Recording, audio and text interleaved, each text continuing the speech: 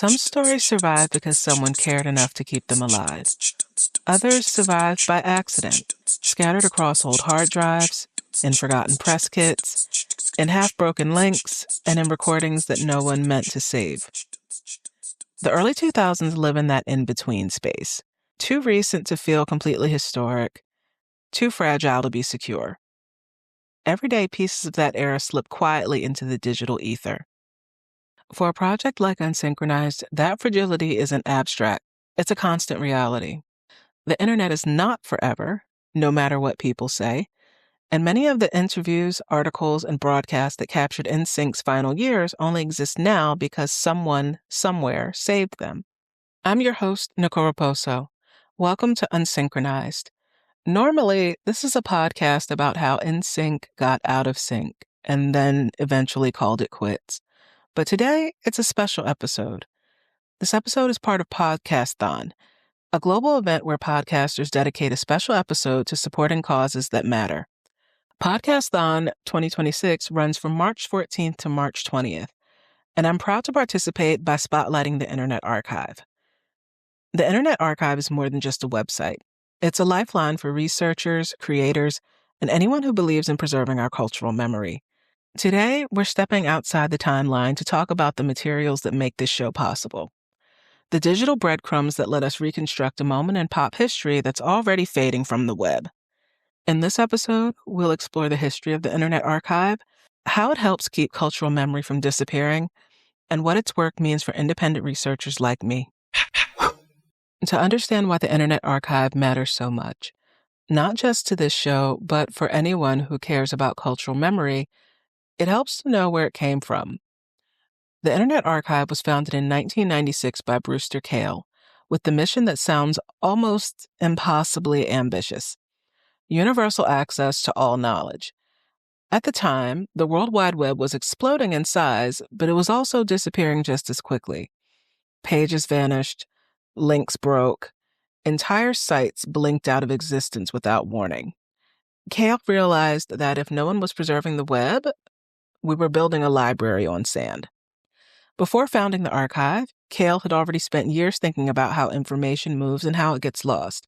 He graduated from MIT in 1982, worked at Thinking Machines designing supercomputers for text searching, and co-created the WAIS, which is the Wide Area Information Server, one of the earliest distributed search and publishing systems. In the mid-1990s, he co-founded Alexa Internet, which is a company that crawled the web and analyzed traffic patterns. Alexa's technology became one of the first large-scale web archiving systems, and it directly informed the archive's early infrastructure. Brewster has said that the question that shaped his career came from an MIT professor. What can you do with your life that's worthwhile? His answer became the pursuit of digital preservation. In 1996, he published a manifesto warning that the web could vanish as easily as early film reels or the Library of Alexandria if no one intervened. So he built the Internet Archive, housed, fittingly, in a former church in San Francisco, which seems to be a deliberate nod to the idea of safeguarding knowledge. In the 1990s, there was no global system for preserving the open web. Government archives like NARA focused on federal records. Universities preserved their own data sets. And early search engines indexed content but didn't save it. Everything was fragmented. The Internet Archive became the first nonprofit to attempt preservation at scale and try to correct the issue. Today, the archive holds billions of web pages and millions of books, recordings, videos, and software files. Its projects include the Wayback Machine, which captures snapshots of websites across decades, the Open Library, which makes millions of books available for people to borrow or read online, and vast collections of digitized media that would otherwise be inaccessible or lost. It's not just a website. It's a safeguard against cultural erasure, a place where fragile, ephemeral corners of the internet can survive long enough to be studied, understood, and remembered. Because its mission is rooted in preservation, people sometimes assume the Internet Archive is only focused on the past. But that couldn't be further from the truth. Just last year, they reached a very important milestone of hosting over 1 trillion preserved web pages, and that number keeps growing steadily. And they continue to expand their mission through projects like the Future Knowledge Podcast, which is their program about the challenges of preserving our digital world. The internet we use today looks nothing like the one Brewster Kahle set out to preserve in the 1990s. It's bigger, faster, more commercial, and more centralized. Platforms rise and fall, and the algorithm decides what we see. Entire ecosystems live inside apps instead of in open websites. But in one important way, the internet hasn't changed at all. And that's because things still disappear. Links rot, articles vanish, videos get pulled, a corporate website shut down with no warning. And when they go, they take entire histories with them. We've already seen this play out twice in the recent past. Both Comedy Central and MTV are owned by the same parent company, Paramount Global, which was formerly Viacom-CBS. In 2024, within the span of a single week, Paramount took down the Comedy Central website and deleted the MTV News archives. And then, just this past year, MTV sunsetted their remaining music video channels. These decisions weren't made for cultural value. They were about perceived profitability. And when preservation isn't considered profitable, then the history becomes disposable. Most corporations treat their digital archives the same way that they treat old sets or costumes. As assets, they only matter if they can generate revenue. If they don't, they're liabilities. They cost money. They take up space. So eventually they get cut.